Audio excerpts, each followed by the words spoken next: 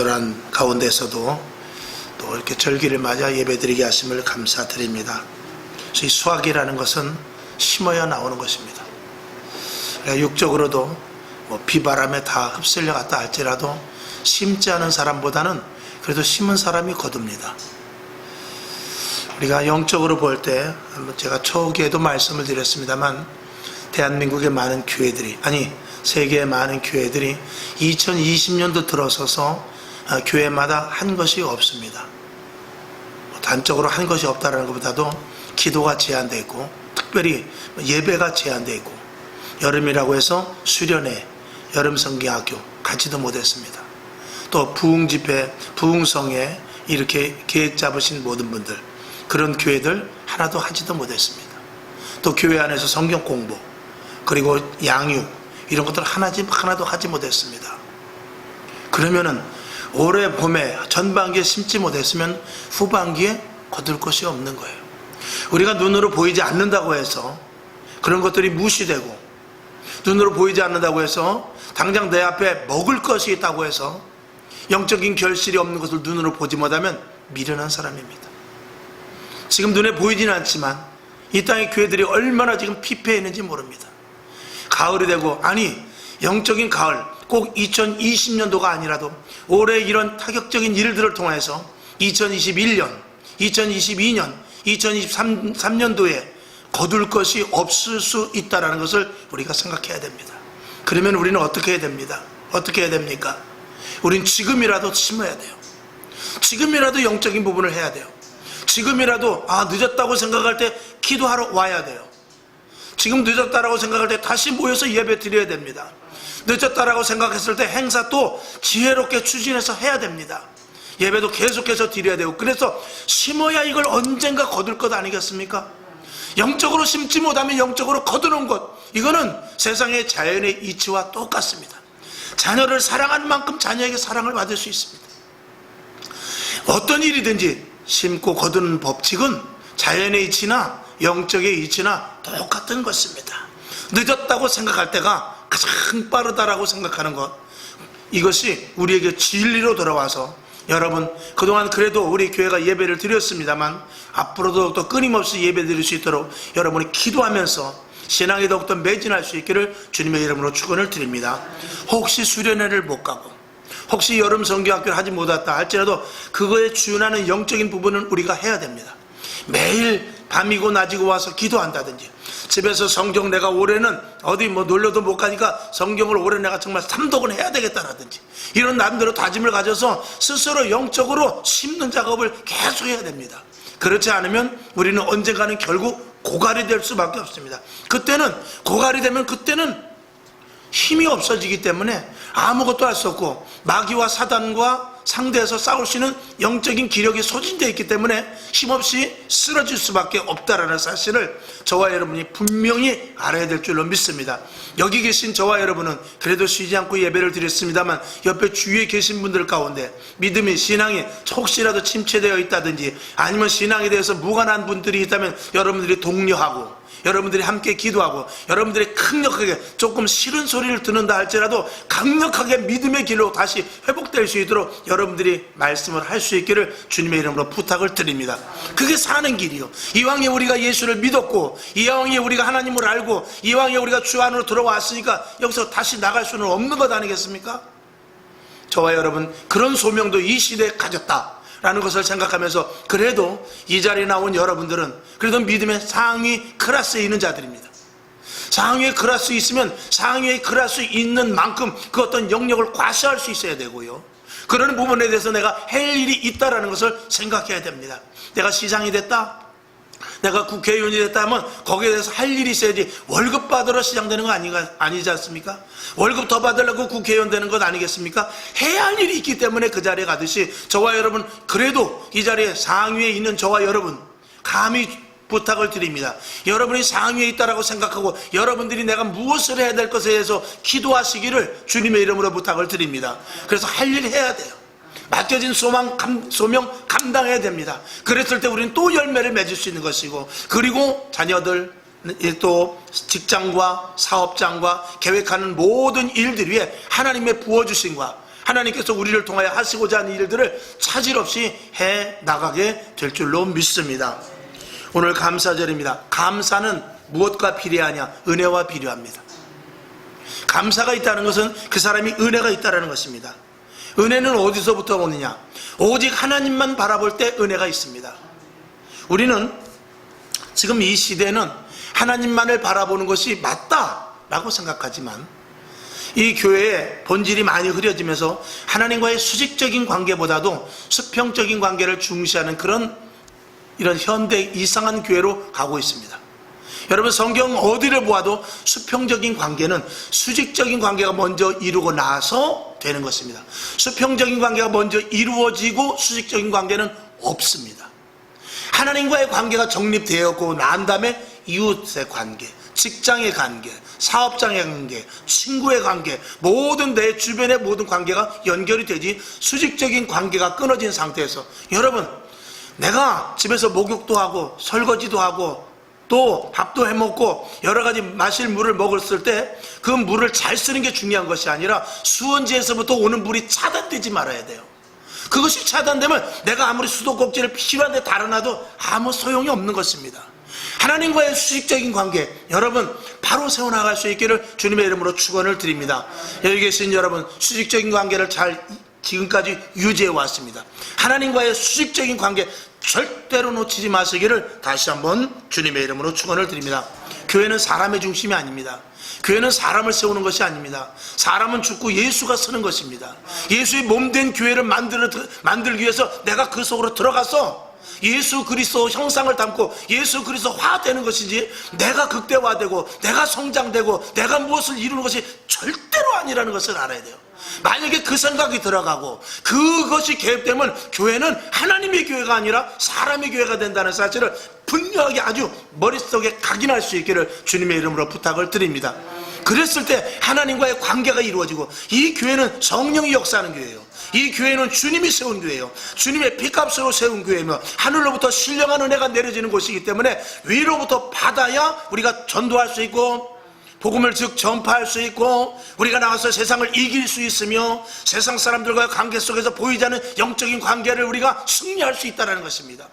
그러니까 위로부터 내려주시는 수직적인 관계가 끊어지게 되면 수평적인 관계는 아무리 인간의 방법으로, 사람의 도리와 윤리와 철학으로, 그리고 사람의 품성과 권위를 가지고 해봐야 당장의 현실에 어떤 결과가 작게 나타날 수 있을지는 모르지만 그게 오래가지는 않습니다. 결국은 균열이 생기고 균열이 생기고 당파가 생기고 결국은 무너져 해체될 수밖에 없는데, 세상의 모든 집합소들이 그렇습니다. 그러나 교회만큼은, 분열되지 않는 교회는 오직 위로부터 주시는 신령한 은혜와 성령의 역사와 하나님과의 수직적인 관계를 유지하고 있는 교회야만 수평적인 관계 속에서 교회가 하나가 될 수 있다 라는 것을 저와 여러분이 분명히 기억할 수 있기를 주님의 이름으로 축원을 드립니다.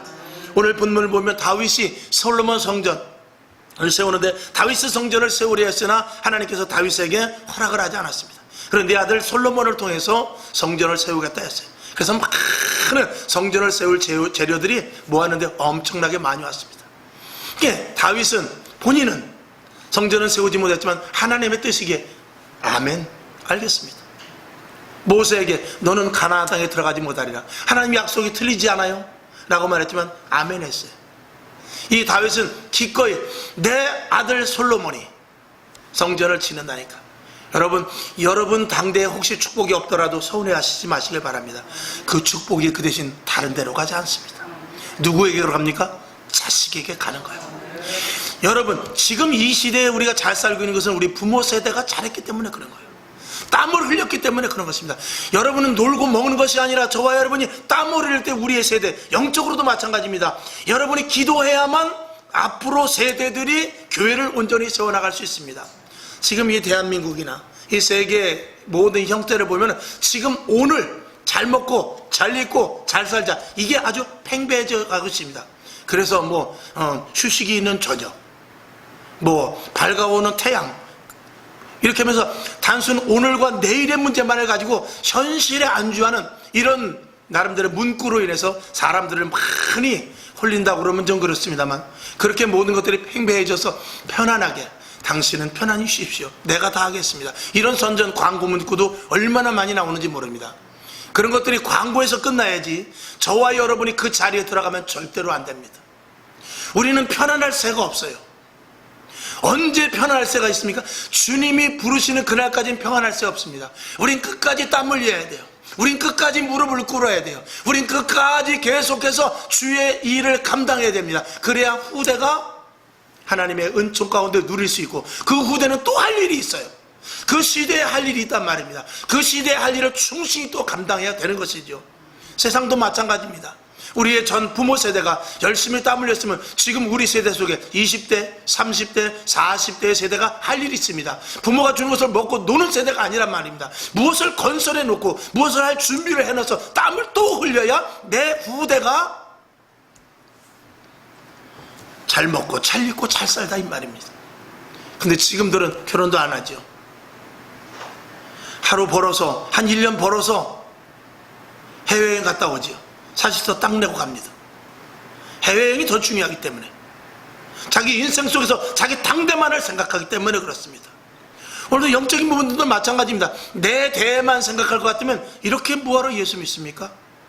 하나님께 눈치 보면서 적당히 신앙생활하면 되죠. 그러나 그런 것이 아닙니다.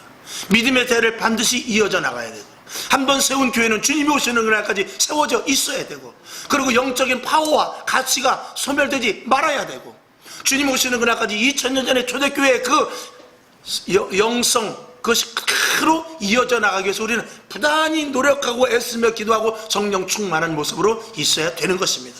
저와 여러분이 그 사명을 맡았다는 사실에 확실한 소명, 확실한 사명감을 가질 수 있기를 다시 한번 주님의 이름으로 부탁을 드립니다.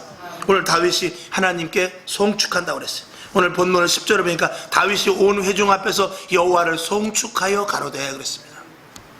하나님께 송축한다는 것은 우리의 삶 가운데, 우리의 생활 가운데 모든 것들을 집약시켜 하나님께 영광 올리는 것을 송축이라고 말할 수 있습니다. 그래서 이 다윗이 하나님을 송축한다 그러면서 오늘 여기 10절 뒤에 보면은 하나님 여호와여 주는 영원히 송축을 받으시옵소서 라는 아주 멋진 고백을 합니다.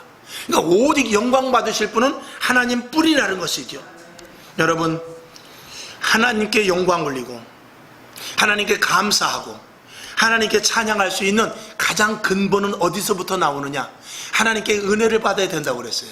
그 하나님께 은혜 받는 것은 수직적인 관계가 이루어져야 된다고 그랬어요. 그 수직적인 관계 속에서 이루어지는 결과는 뭐냐? 우리의 변화입니다. 우리의 변화가 없이는 하나님께 영광 올릴 수 없고, 여러분 오늘 이 자리에서 예배 드릴 때 우리가 정말 중요한 한 가지를 놓치면 안 됩니다. 저와 여러분은 예수로 짓고 죽고 새 생명으로 산 자들이 여기 모여 있는 거예요. 그 예배를 하나님께서 신령과 진정으로 받으시는 거예요. 구원받지 못하고 새 생명으로 거듭나지 못한 자들의 예배는 하나님이 받지 않으십니다. 하나님이 받으시는 믿음의 고백 속에서 나는 예수로 죽고 주의 예수 그리스도의 부활로 말미암아 새 생명으로 산 새로운 피조물들이 모여서 새 생명을 가진 자들이 하나님 앞에 영광 올리는 것이 그게 진정한 예배인 것입니다. 그러니까 이 땅의 모든 교회들이 예배 드릴 때 주 안에 이 성전 안에 있는 모든 하나님의 성도들은 글자 그대로 성도들인데 거룩한 물입니다. 세상 사람들이 아닙니다. 새 생명으로 거듭난 자들이 이 자리에서 모여 예배 드릴 때에 하나님이 기뻐 받으시는 것입니다. 오늘 하나님을 송축할 수 있는 여러 가지 조건 중에 가장 하나는 뭐냐? 변화된 무리들입니다. 거룩한 자들입니다. 저와 여러분 하나님 앞에 감사드리기 원합니다. 날마다 죽고 예수로 살 수 있기를 주님의 이름으로 축원을 드립니다. 그 다음에 두 번째 보니까 11절에 보니까 여호와의 광대하심과 모든 위엄은 주께 속하였다고 그랬어요. 그러니까 하나님의 광대하심, 하나님의 이 모든 행하시는 일들, 하나님이 어떤 분이고 하나님이 얼마나 어마어마한 분이라는 것을 이 다윗은 확실히 알았던 것입니다. 여러분, 하나님을 송축함에 있어서 하나님과의 수익적인 관계 속에서 하나님께 감사할 수 있는 여러 가지 조건 중에 또 하나는 하나님의 광대하심을 여러분들이 분명히 인식할 수 있기를 주님의 이름으로 축원을 드립니다. 여호와의 광대하심과 권능과 영광과 이김과 위엄이 다 주께 속하였다라고 정말 멋있는 고백을 합니다. 저와 여러분도 기도 가운데서도 이런 고백이 정말 그렇구나 하고 나올 수 있기를 주님의 이름으로 축원을 드립니다. 시편 139편 14절을 한번 보겠습니다. 시편 139편 14절 다 같이 시작. 내가 주께 감사하오면 나를 지으심이 신묘 막측하심이라. 주의 행사가 기이함을 내 영혼이 잘 아나이다. 아멘. 여러분, 하나님의 광대하심은 이루 말할 수가 없습니다. 그 다음에 또 여러분들이 주보에도 뭐 있습니다만 11절 뒤에 보면 천지에 있는 것이 다 주의 것이로소이다라는 정말 당연하지만 믿음으로 말미암아서 이건 하나님 앞에 아양 떠는 고백이 아니라 전심으로 말미암아. 왜? 그것을 체험했기 때문에. 그것을 체험했기 때문에 나온 고백인데 바로 천지에 있는 모든 것이 다 주의 것입니다라는 정말 멋있는 고백을 했습니다. 오늘도 여러분 이 고백이 있을 수 있기를 주님의 이름으로 축원을 드립니다. 시편 103편 3절을 한번 봅시다. 시작. 여호와가 우리 하나님이신 줄 너희가 알지어다. 그는 우리를 지으신 자시요 우리는 그의 것이니 그의 백성이요 그의 기르시는 양이로다. 아멘. 다윗은 그 다음에 11절 뒤에 보니까 주권도 주께 속하였사오니 주는 높으사 만유의 머리심이니라 라는 또 하나님께 감사하면서 멋진 고백을 하게 됩니다.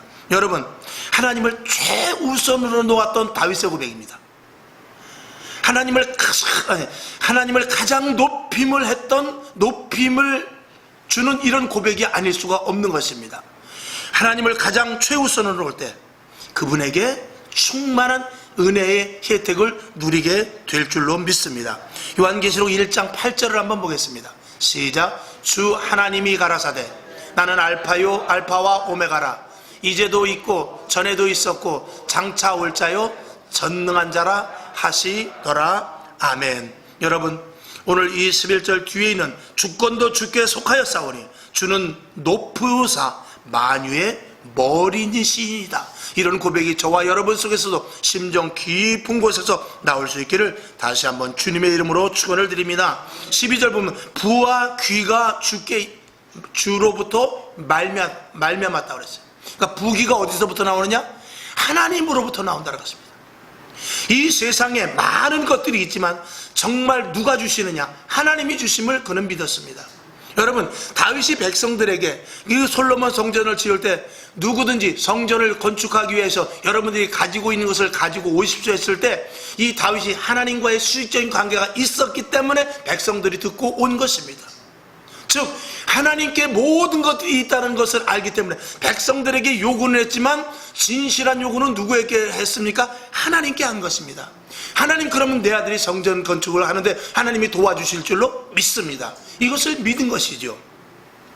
성경을 한번 더 보겠습니다. 잠언서 16장 9절을 보겠습니다. 시작. 사람이 마음으로 자기의 길을 계획할지라도 그 걸음을 인도하는 자는 여호와시니라. 아멘. 전도서 2장 17절을 한번 더 보겠습니다. 시작. 이러므로 내가 사는 것을 한하였노니 이는 해 아래서 하는 일이 내게 괴로움이요 다 헛되어 바람을 잡으려는 것임이로다. 아멘. 솔로몬이 그렇게 부와 수를 모든 것들을 권력을 다 가졌지만 헛되다고 말한 것은 하나님과의 관계가 끊어졌을 때 이런 푸념이, 이런 한탄이 나올 수밖에 없다는 것을 저와 여러분이 잘 알고 계시죠.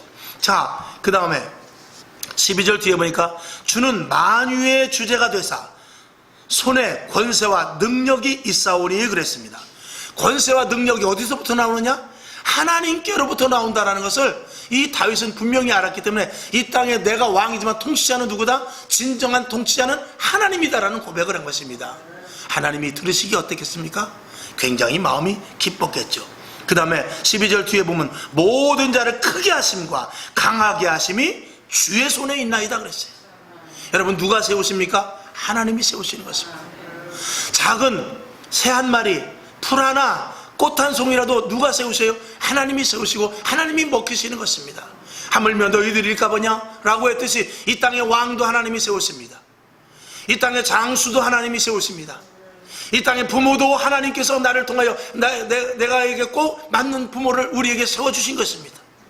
지금 이 교회도 마찬가지고 주어진 환경도 마찬가지고 하나님께서 주신 것입니다.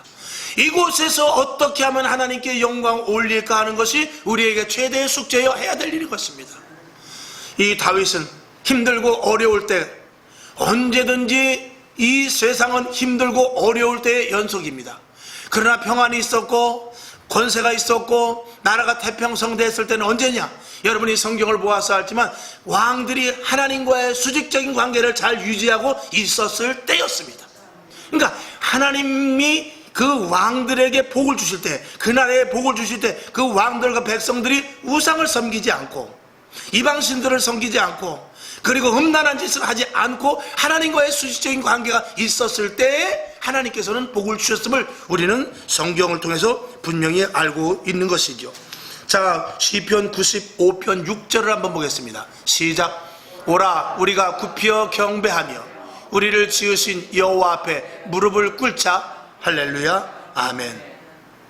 오늘 13절을 보게 되면은 우리 하나님이여 이제 우리가 주께 감사하며 주의 영화로운 이름을 찬양하나이다. 다윗이 이렇게 정말 장황하게 하나님을 높이고 하나님 중심이며 오직 하나님께로부터 하나님이 주권자시고 하나님 외에는 아무것도 없다는 이런 고백을 온전히 한 이 모습을 우리가 본받아야 되면서 13절에 있는 대로 하나님이여 이제 우리가 주께 감사하며 주의 영화로운 이름을 찬양하니이다 라는 이 고백이 나올 수 있는 것은 하나님께 모든 것들을 높이고 하나님과의 수직적인 관계가 온전히 이루어짐으로 말미암은 진정한 감사였던 것입니다. 여러분의 감사가 우리는 흔히 그런 말도 합니다. 불평 속에서도 감사하고 일이 잘 되지 않을 때도 감사하라. 물론 그렇습니다. 그러나 저와 여러분 이왕이면 일이 안 됐을 때 감사보다도 그런 일이 안 되는 데까지 가지 말고 힘들고 어려울 때 감사 당연히 해야 되지만 그런 어렵고 힘든 데까지 가지 마시고 하나님과의 수직적인 관계를 잘 유지하여서 하나님이 공급하여 주시는 힘으로 말미암아 신령한 은혜를 맛봐 우리 속에서부터 감사가 넘쳐날 수 있는 진정한 감사가 있기를 주님의 이름으로 축원을 드립니다. 왜 하나님과 멀어집니까? 하나님과의 관계가 수직적인 관계가 점점 끊어지기 때문에 그렇습니다. 우리는 어디를 봐야 되죠? 하늘을 봐야 됩니다. 우리는 어디를 봐야 되죠? 거룩한 성산 예루살렘을 봐야 됩니다. 우리는 어디를 봐야 되죠? 우리가 볼 것은 하나님의 말씀밖에 없습니다. 이 땅에서 볼 것은 하나님의 말씀이요. 그리고 우리는 고개를 들어 하나님을 봐야 됩니다. 하늘을 우러봐야 되고 위로부터 주실 것을 우리는 기대해야 됩니다. 그래서 수직적인 관계를 온전히 가질 때 수평적인 관계를 우리는 거뜬히 이겨나가며 수평적인 관계도 원만하게 될 줄로 믿습니다. 만일 우리가 하늘을 바라보지 않냐고 먼저 내 주변을 보게 되면 우린 불평과 불만과 자칫하면 나를 넘어뜨리는 것들과 마주하게 될 수도 있다는 것입니다.